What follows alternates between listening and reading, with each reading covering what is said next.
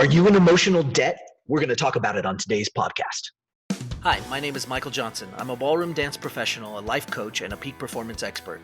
I'm part of a group of motivated people who are dedicated to attaining emotional mastery and unlocking our full potential. We've realized life is a dance. The ups and downs can spin you out of your mind, but it's time to take back control. It's time to become a lifer. We don't believe others are responsible for how we feel. In fact, we don't believe anyone can make us feel anything. We are a new breed of overachievers. Emotional mastery is our journey, and unlocking our full potential is the key. Welcome to the journey. We are lifers, and this is Magic for Life. What's up, lifers? Michael Johnson here with the Magic for Life podcast, and I'm so excited that you joined me today. I have to talk to you about something very serious. Are you in emotional debt? What the heck does that mean? Emotional debt. Well, we all know what financial debt is, right? You have more to pay for than you have to pay for, right? You aren't earning enough money to actually pay your bills, right? That's financial debt. That's a piece of cake. Maybe you've spent more than you have. And, sometimes it's a matter of being able to have enough money to pay your bills. But sometimes when we are younger and maybe a little dumber, we spend money on things and we don't have the money, right? And that's killer, right? Because now you end up taking time to pay back what you didn't have in the first place. Right? And that's financial debt. It's pretty easy. Now, you can imagine that emotional debt is going to be something very similar, right? It's just a concept that we can go with and start to play with the idea. So if we were in emotional debt, well, what does that mean? Well, you might have bills to pay, right? You might have experiences that are going on and you are out of control. You don't know how to manage your emotions. And how would you recognize that? Well, let's just say on a day-to-day experience that you find yourself feeling an emotion or lashing out in a way that maybe you didn't want to do. And so you might be looking at something really simple, like you were interacting with one of your coworkers and all of a sudden they said something, you snapped and you just responded in a way that you didn't want to respond. And afterwards you look at it and you go, oh, why did I do that? I don't even know why I did that. That's not good, right? So we're talking about emotional debt here. Sometimes you have bills to pay. That's your experiences every day. You got your bills to pay. And you're not acting and responding and living in such a way that you're in control, right? And control is huge, right? You don't just go and do whatever with your money. And if you have, you know the consequences of it. You have to actually be able to plan and do some financial planning. And that's why in today's world, financial planners are quite successful because we all need them. We all need their education. We all need their things that they're teaching us, because without it, sometimes we just aren't taught that. I don't know about you, but I wasn't taught about financial education in school. I had to learn the hard way how not to use credit cards. But does that mean that credit cards are bad? No, actually, there's really great uses for credit cards. In fact, someday I'll do a course on how not to use a credit card, right? Everybody's talking about how to use a credit card. I can tell you exactly how not to use a credit card, right? Now, here's the thing. In the same light, I can tell you exactly how not to manage and control your emotions. I have a lot of experience with it personally and just from my teaching and education and coaching. So that's one way, but that's just on your daily experiences. Now, what about your debt? What about the emotions that you've already spent? Well, what the heck does that mean? Okay, well, let's talk about it. Let's say that in the past you had an experience, and that experience you attached an emotion to, you felt a certain way, and now what you did is you stored in your mind this memory of this experience, and that experience has an emotional feel to it. And that memory is in there, it's created a connection, and through the years, you continued to remember that memory, and your brain and all the neurocircuits fired and created pathways so that it was easy for you to remember that. And instantly, you can actually recall that memory and feel that way immediately. Now, that's some serious emotional debt. Now, the trick is, can you use that instead of it using you? See, if you talk to anybody that's been in debt and out of debt, they will tell you, this is what I learned, just like I told you with the credit cards. Spent money I didn't have and was in debt and got in lots of debt. And in that, you start to learn, gosh, I'm not going to use my credit cards anymore. And the hard way, I learned to pay for things in cash. Don't buy it if you don't have it. Right? I mean, this sounds easy, and maybe your parents taught you this, and maybe, yes, I learned that. Yes, my parents told me not to buy things I didn't have the money for, but I had a credit card. I could do it. Our emotions are the same way. Sometimes we experience something and then we put it in as a memory, and then we keep reliving the memory over and over again. And right now, because your brain doesn't know the difference between imagination and reality, you can go back and experience that memory, and it can keep withdrawing from the bank. And it's taking energy you have today. How did you get that energy today? You ate breakfast, maybe lunch, dinner, you had a drink, you fueled your body, you created energy today, and your memory from years and years and years ago is eating and stealing your energy from today. You think about that and you go, wow. And some people go, well, my memories make up who I am. No, you today make up who you are.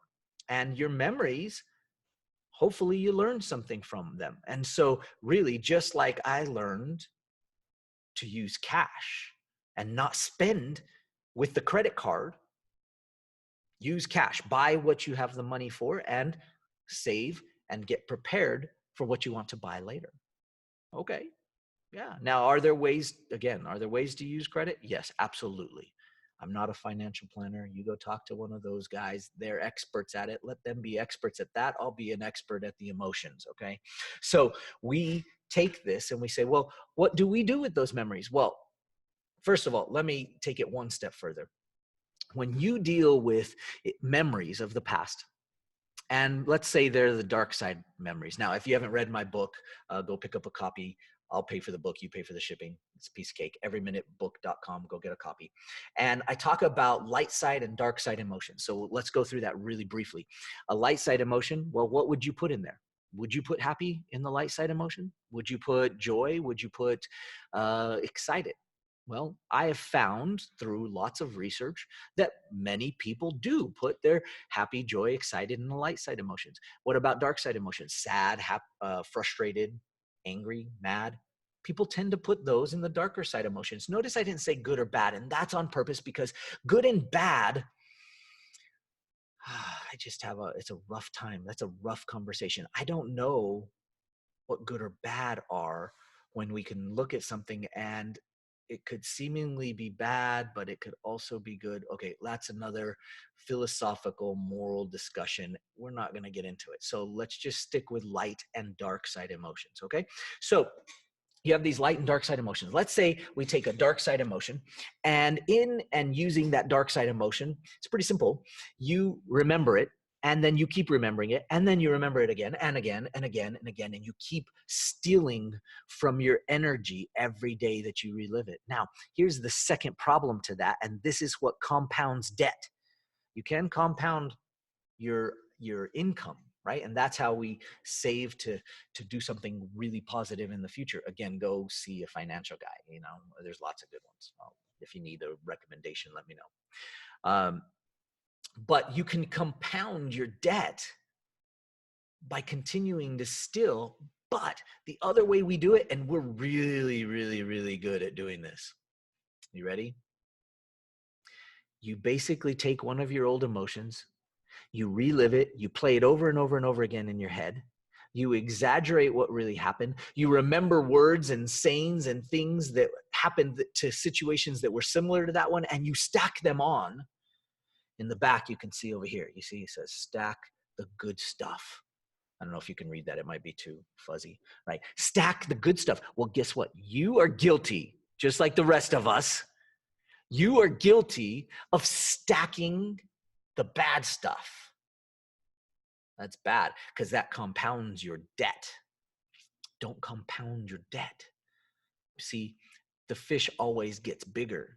You listen to a fisherman, the average, I'm going fishing every once a month or something. They take their son fishing, they go and they catch a fish, and it was this big when they started, and 2-3 years later the wife is listening to the husband tell somebody about his fish story, and instead of this big, it's like this big. It was a huge fish. Well, guess what? You do that with your dark emotions and your light emotions. Sometimes we do it with our light emotions. We tend not to as much, which is silly, by the way. You should learn how to do that. You should maybe find out how to learn to do that. Hey, you should let me teach you how to do that. That'd be a good idea. Okay, so we should stack the good stuff as much as we stack the bad stuff. But when we stack the bad stuff, it takes us further in and compounds our emotional debt. And so then you experience something, and we've maybe all had that moment where we cracked, where something happened in our real present world, and we responded and we just snapped. We cracked and we went ballistic. And we went ballistic with one of our old emotions that we were in debt with. And this thing that happened in real life had nothing to do with anything, and the other person just got the brunt of it, or the other people got the brunt of it, or your children got the brunt of it, or your spouse got the brunt of it, or the person that just broke up with you because they got the brunt of it. And you snapped because you were in such emotional debt that you didn't know what to do with it. You didn't know how to handle it, and you just blew up. And then afterwards, bawling, crying because you were mad at yourself. Now you created a new emotion and a new cycle, and now you started to say a never again, but you keep reliving the old emotions, and your dark side emotions now start to beat the crap out of you, and it sucks, right? So are you in emotional debt? Are you in that place where your old emotions are beating the absolute crap out of you? Oh man, you need some help. You need some help because, we set up these programs, and sometimes it's about being able to control and manage your emotions. Sometimes it's about how you execute your emotions. And you need all of those things. You need to learn how to manage them. You need to learn how to actually execute them, right? And all of these things are important. You've got to be able to do all elements of it, because if you're going to master your emotions, if you're going to take your life to the next level, you cannot afford to let the present be affected by a situation that happened 20 years ago. You can't afford to do that anymore. That emotional debt that you're carrying with you, you should learn to pay it off. We should do that. Let's pay off that debt and move right along, because how good, if you've gotten out of debt or if you're getting out of debt, how great does it feel when you pay off one of those debts? Oh, so great. Doesn't that feel good? What if you could pay off some of your emotional debt that you had? That would be awesome. All right. So just to be clear, our debt is using that same emotion over and over and over again to fulfill something, to create different or in different parts of your world right now. And we use an old emotion, and sometimes we overuse an emotion. Like we use an emotion that we got really good at because of some maybe negative situation in our past, and we get good at using it. I had a family member that was always a caregiver, always a caregiver. And honestly, it was just something she was really great at. But then later in her life, she got hurt, and she started feeling the love that came to her because she was hurt. Well, then she got healed and was no longer getting that love. So then, just like the body does, just like the mind does, it goes, well, now I'm back to caregiving, but I really loved that support I got, the emotional support. And so then they got hurt again. And you go, well, wait, you're saying they did that to themselves?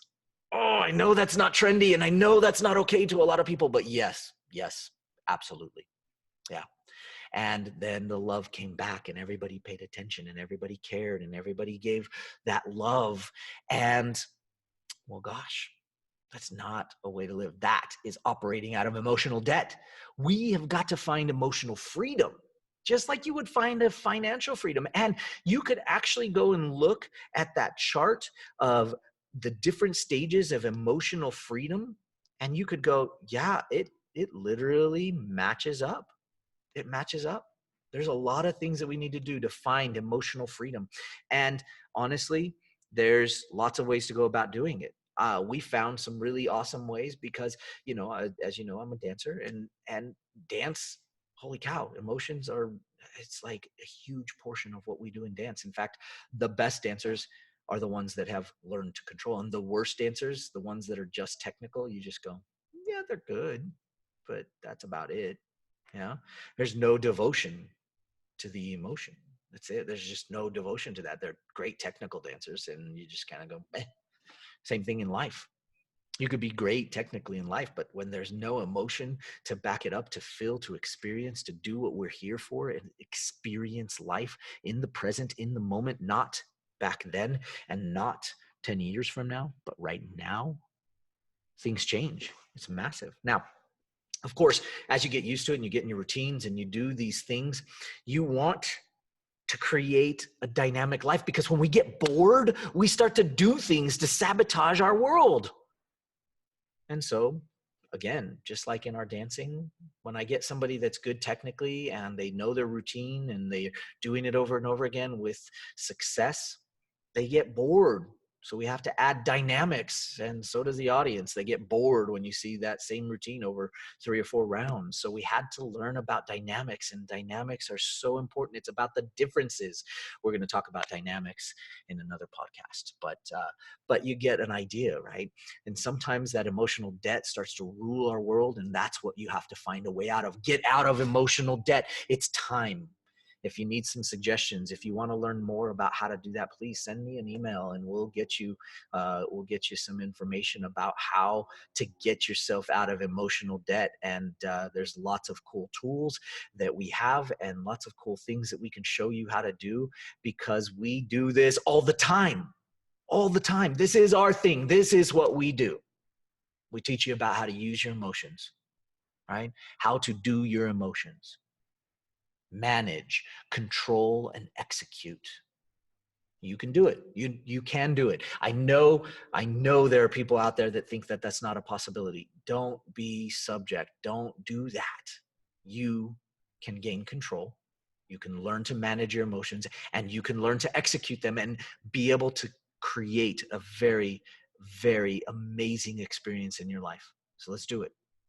Anyway, if you know somebody that would love this podcast and this could help them, maybe give them a little spur, little kick in the butt, please share it with them. We're on iTunes, Spotify, Stitcher, Google Play. We're on YouTube now. Share it with somebody. They'll love it. It'll change their world. Anyway, thank you so much for joining me today. And all you lifers out there, keep up the good journey. Keep learning. Keep working on improving the core of everything, your emotions. You've got to be working on your emotions every day. All right. We'll see you on the next podcast. Take care. Happiness is a choice.